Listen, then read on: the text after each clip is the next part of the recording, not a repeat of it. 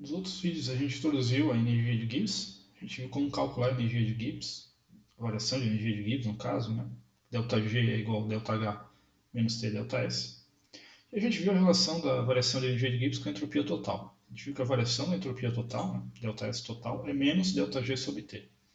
Por isso tem aquela relação inversa, né? Tipo, o critério de espontaneidade é a maximização da variação da entropia total ou a minimização da energia de Gibbs um processo a pressão e temperatura constantes. Porque tem sinal de menos aqui, né? Então maximização de uma equivale à minimização da outra. Aqui também eu botei entre parênteses, né, aquela discussão que eu falei do fator energético e fator entrópico, porque esses dois termos aqui, na verdade, estão relacionados com o aumento da entropia. Né? Esse termo aqui é aumento da entropia do sistema, e esse outro termo aqui está relacionado com o aumento da entropia das vizinhanças. Só lembrar da dedução dessa relação aqui que vocês vão ver isso. Tá, a gente está falando bastante da energia de Gibbs como critério de espontaneidade, né? Mas qual a relevância aí para a área de vocês dessa propriedade? Então aqui eu estou mostrando um esquema que eu peguei num artigo, aqui está a referência, das etapas da interação do vírus do coronavírus com as células dos seres vivos. Né? Então a gente tem aqui algumas etapas. Né? A primeira, a interação do coronavírus com essas proteínas de membrana da célula. Aqui depois a gente tem a liberação do RNA do vírus, daí o vírus meio que sequestra, né, todo o maquinário da célula para produzir suas próprias proteínas, ou seja, que ele usa as proteínas do corpo, da célula do hospedeiro para replicar e mover suas proteínas. Né? Depois há aqui a construção, né, do vírus e depois a liberação. Aqui está em cinza, né, os possíveis alvos para fármacos. Né? Os fármacos podem atuar aqui impedindo a interação das proteínas do vírus com a proteína da célula, podem impedir aqui que a replicação das proteínas do vírus pelo maquinário celular, ou podem impedir aqui a liberação do vírus pela célula. Né? Então, que são as várias maneiras que os fármacos podem atuar para impedir que o vírus ocupe a célula, né? Use a célula como SUR. E aqui tem uma estratégia alternativa que esse artigo sugere, né? de construir fármacos que interagem na interação das proteínas do hospedeiro. Né? Porque aqui é meio que o efeito cascata, né? Os autores discutem que o vírus usa as proteínas dos hospedeiros e as proteínas dos hospedeiros interagem entre si. Então, se os fármacos interagirem aqui na interação entre as proteínas do hospedeiro, podem pegar indiretamente aqui, né? Podem parar indiretamente a construção da replicação viral. Né? Bem, ok, acho que isso aí vocês já devem ter visto nos jornais da televisão, isso está meio em voga atualmente, por motivos óbvios. Mas isso tem uma origem molecular. Né? Aqui tem de outro artigo, né, a interação. Aqui em cima, em A está a interação da proteína do coronavírus, que está aqui em cinza, com a proteína da célula, a receptora, a CE2.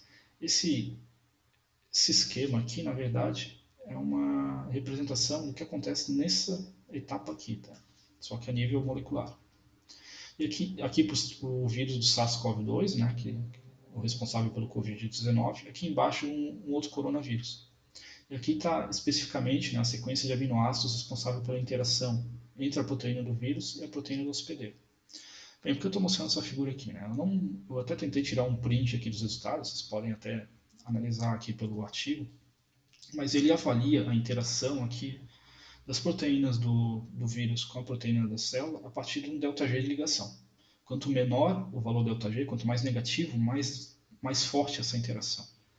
O ΔG que ele usa é o ΔG de ligação. Na verdade, não é o ΔG termodinâmico que a gente está vendo aqui, mas a intuição é a mesma. Tá? Quanto menor, mais negativo o valor ΔG, mais espontâneo é o processo, mais forte seria a interação da proteína do vírus com a proteína receptora da célula aqui.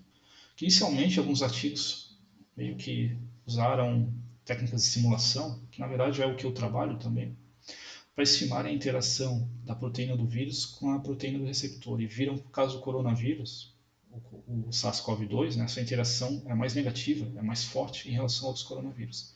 Esse artigo aqui diz que não é bem o caso, tá? Que tem que analisar melhor dependendo da situação, dependendo do método, esse resultado não é muito conclusivo. É um artigo bem interessante. E fica aí o convite para, se alguém quiser aprender mais sobre o assunto, é bem a área que eu trabalho. Bem, outra propriedade interessante da energia de Gibbs é que a variação da energia de Gibbs está diretamente com o máximo do trabalho de não expansão, que a maioria dos livros chama de trabalho útil, que pode ser extraído de um processo a temperatura e pressão constantes. Lembrando toda aquela discussão que a gente fez, né, da segunda lei, que a energia não pode, quando uma máquina térmica, que só tem uma fonte térmica, não pode converter totalmente calor em trabalho, etc. Aqui, a vantagem do ΔG, né, para um processo a temperatura e pressão constantes, é que ele dá o valor direto de trabalho que pode ser extraído. Por exemplo, se uma reação química libera 100 kJ, menos 100 kJ, digamos, a célula vai ter, por exemplo, 100 kJ disponível para fazer vários processos. Aqui eu peguei um exemplo da quebra do ATP. O ATP, que na verdade é uma molécula carregada, né? ATP 4 é um ânion, que em água, em células biológicas, é quebrada, né? Liberando um fosfato aqui e formando moléculas de ATP. Que nos livros de bioquímica a gente às vezes só mostra, né, ATP virando ADP, mas na verdade é um processo meio complexo. Aqui até está simplificado, porque nem está mostrando como é que é a molécula de ATP e ADP. Né? Enfim, esse não é um ponto agora, mas a questão é que no pH 7 e a 37 graus Celsius, essa reação tem um ΔG de reação padrão de menos 31 kJ/mol. Então o ΔG já dá essa informação direta, tipo, já desconsidera essa parte de perda e etc e tal. O ΔG da reação já indica que esses 31 kJ/mol que são liberados, né, a energia livre de Gibbs. Eu estou falando liberados, mas não é uma energia que é solta assim, tá? Só dá uma magnitude do conteúdo energético.